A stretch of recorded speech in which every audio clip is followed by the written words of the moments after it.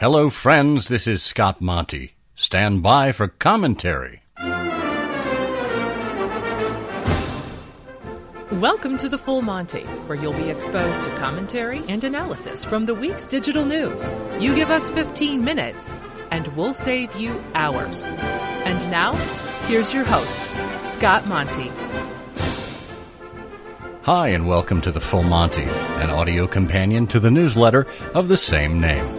Each week, I pick one or two pressing issues and inject insight, opinion, maybe a little wit into this 15-minute show that's sure to give you a better sense of what's affecting the industry. Maybe you'll agree, maybe you won't, but I hope it makes you think. This week, we go beyond the four human desires touched on in the last episode, focusing on two primal human conditions: greed and fear. This essay was adapted from a 2009 article on Eric Decker's blog at problogservice.com. Eric is a professional author and content marketer, the co-author of Branding Yourself and No Bullshit Social Media, and he was the spring 2016 writer-in-residence at the Jack Kerouac House in Orlando, Florida. He's also the husband to Tony Deckers, my announcer here on the Full Monty. Why do people buy? What motivates us to acquire more in our lives? One of the four human desires I mentioned in the last episode, as outlined by Bertrand Russell, is acquisitiveness. I think we can boil that down to two human conditions, and one of them will comprise all four of Russell's desires. Ultimately, and perhaps cynically, there are only two reasons why people buy anything: fear and greed, loss or gain. We want more stuff, but we're afraid of losing it. And greed is at the foundation of it all. When you look at the 7 deadly sins, greed, lust, gluttony, sloth, wrath, envy, and pride, greed isn't just one of them. It's the foundation for almost all the rest. Gluttony, pride, lust, and envy. These are all greed-based sins. Gluttony is greed of food. Lust is greed of sex. Envy is greed of possessions. Pride is greed of status. Even sloth comes from having all you want and not having to work any further. We see ads for fancy cars, nice clothes, good food, expensive watches. We're told, you need these. You deserve these. People will like you if you have them. You'll be successful and rich and be able to afford more things like this. We envy the people who have these things, and we are greedy to have them ourselves. Even the ads that use sex to sell tap into this mindset. If you have, eat, drink this product, hot men and women will want to have sex with you. And sex, lust, is one of the most primal, greed-based urges we have. On the other side of that coin is our other human condition, our other driving force: fear.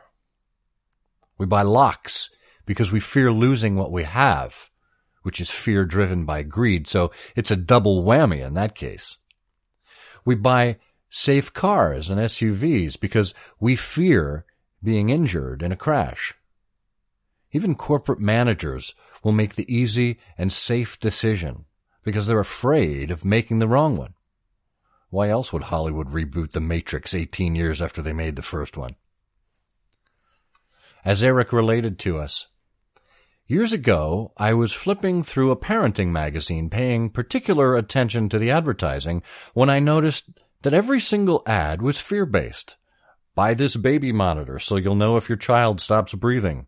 Buy this car seat so your baby won't be hurt in a car accident. Buy this sleeping trough so your baby stays on its back and doesn't die. It was actually kind of depressing because all these new parents were being bombarded with frightening thoughts that their tiny new life could be extinguished at the snap of fate's fingers. I remember what it was like when I first became a dad, Eric writes. I was certainly able to conjure up all these scary images without the help of advertisers. So I can only imagine what it's like to see these fears played out, ad after ad, page after page. Get your trivia skills ready for the naked truth.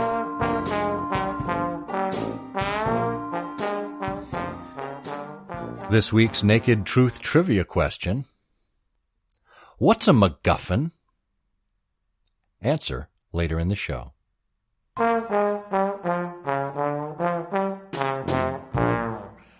And now, page 2. We continue with this guest essay from Eric Deckers. Marketers are primed to use emotion to gain attention and connect with customers. Emotion can take many forms, from joy to sympathy and many in between. And with any emotional response, the goal is to create some sort of action or outcome. It shouldn't be any surprise, then, that the ultimate emotional motivator is fear. Fear is defined as a vital response to physical and emotional danger. Savvy marketers know this. This is, deep down, in the places we don't talk about, how your customers think. They buy so they can have more of something or prevent the loss of something else. You can market your product in a way that draws water from one of these wells, and you always will find a willing audience. There are many situations in which we might find ourselves in some sort of danger that could reasonably require a product or service to allay that fear. Things like identity theft, accidents, lightning strikes, for example. But if you're using fear to promote a product or service that has nothing to do with protecting someone from danger, then you're abusing this technique. During the political season, we saw unsavory candidates stumping for votes by stoking fears, largely fears that are unfounded or that may be more nebulous. And this kind of fear-mongering is dangerous because, by its very nature, it leaves uncertainty in play. In his signature opus, The Nature of Things, the Roman poet Lucretius observed that, quote, if men saw there was a fixed limit to their woes, they would be able in some way to withstand the threatenings of the seers, end quote. Or, in the words of H.P. Lovecraft, quote, the oldest and strongest emotion of mankind is fear, and the oldest and strongest kind of fear is fear of the unknown, end quote. When we're fearful, it's more difficult to make a decision. We're either indecisive or we make a decision in a panicked, emotionally compromised time. Unfortunately, appealing to people's nobler efforts, it's good for the environment. It helps other people. It boosts the economy. That isn't the most effective way to get people to buy. They're not thinking that way. If it doesn't help them or save them from being hurt, they're not interested. For example, if you ask Prius owners why they bought their car, most of them will tell you it's because of money, not the environment. A 2007 study of the Top Line Strategy Group found that 73% of Prius owners bought one because of financial reasons. Whether they could save gas, the car cost less than the alternative, or they could ride in the HOV lane. The other 27% truly wanted to help the environment. So, instead of appealing to fear, try to motivate them by eliminating doubt. Doing so results in a buildup of confidence, and confidence means more decisive actions. And that, in turn, means your customers will trust you and trust that you understand them. taking their well-being into account. As marketers, we have the power to tap into the human condition, whether it's something as simple as fear and greed, the 7 deadly sins, or even Russell's 4 human desires, acquisitiveness, rivalry, vanity, and love of power, also known as greed, envy, pride, and more greed. Think about what choice you'll make. If you choose one, you could become fabulously wealthy. If you don't, you could die penniless. I Believe by Robert W. Service. It's my belief that every man should do his share of work, and in our economic plan, no citizen should shirk. That in return each one should get his meed of fold and food, and feel that all his toil and sweat is for the common good. It's my belief that every chap should have an equal start, and there should be no handicap to hinder his depart. That there be fairness in the fight, and justice in the race, and every lad should have the right to win his proper place. It's my belief that people should be neither rich nor poor, that none should suffer servitude, and all should be secure. That wealth is loot, and rank is rot, and foul is class and clan, that to succeed a man may not exploit his brother man. It's my belief that heritage and usury are wrong, that each should win a worthy wage and sing an honest song. Not one like this, for though I rue the wrong of life, I flout it. Alas, I'm not prepared to do a goddamn thing about it. In our trivia question, we asked you what a MacGuffin is. To answer our question, we turn to none other than the master of suspense, Alfred Hitchcock. A MacGuffin you see in most films about spies. It is the thing that the spies are after. In the days of Rudyard Kipling, it would be the plans of the fort on the Khyber Pass. Mm-hmm. It would be the plans of an airplane engine and the plans of an atom bomb, anything you like. It's always called the thing that the characters on the screen worry about, but the audience don't care.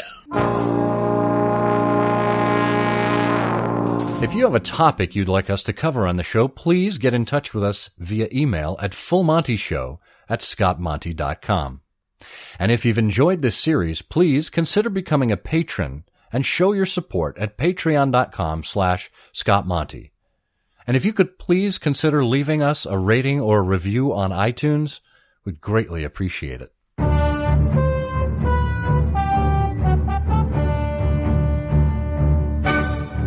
Be sure to check out other major stories from the March 20th edition of the Full Monty.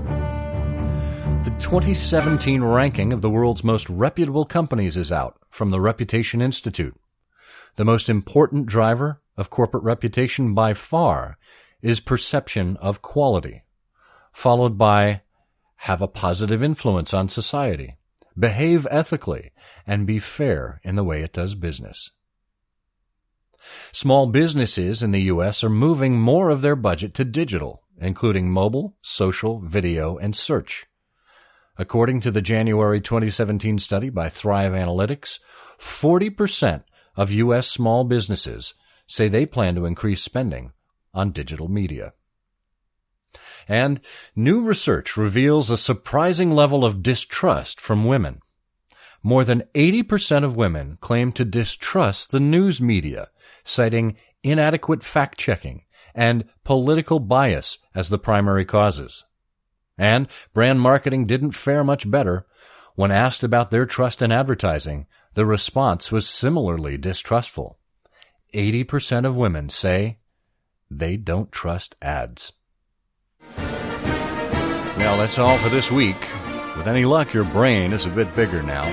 Thank you for making me a part of your week and for being exposed to the Full Monty. Until next time, I'm Scott Monty, and I'll see you on the internet. Thanks for listening. Be sure to subscribe to the Full Monty newsletter and this program at fullmontyshow.com.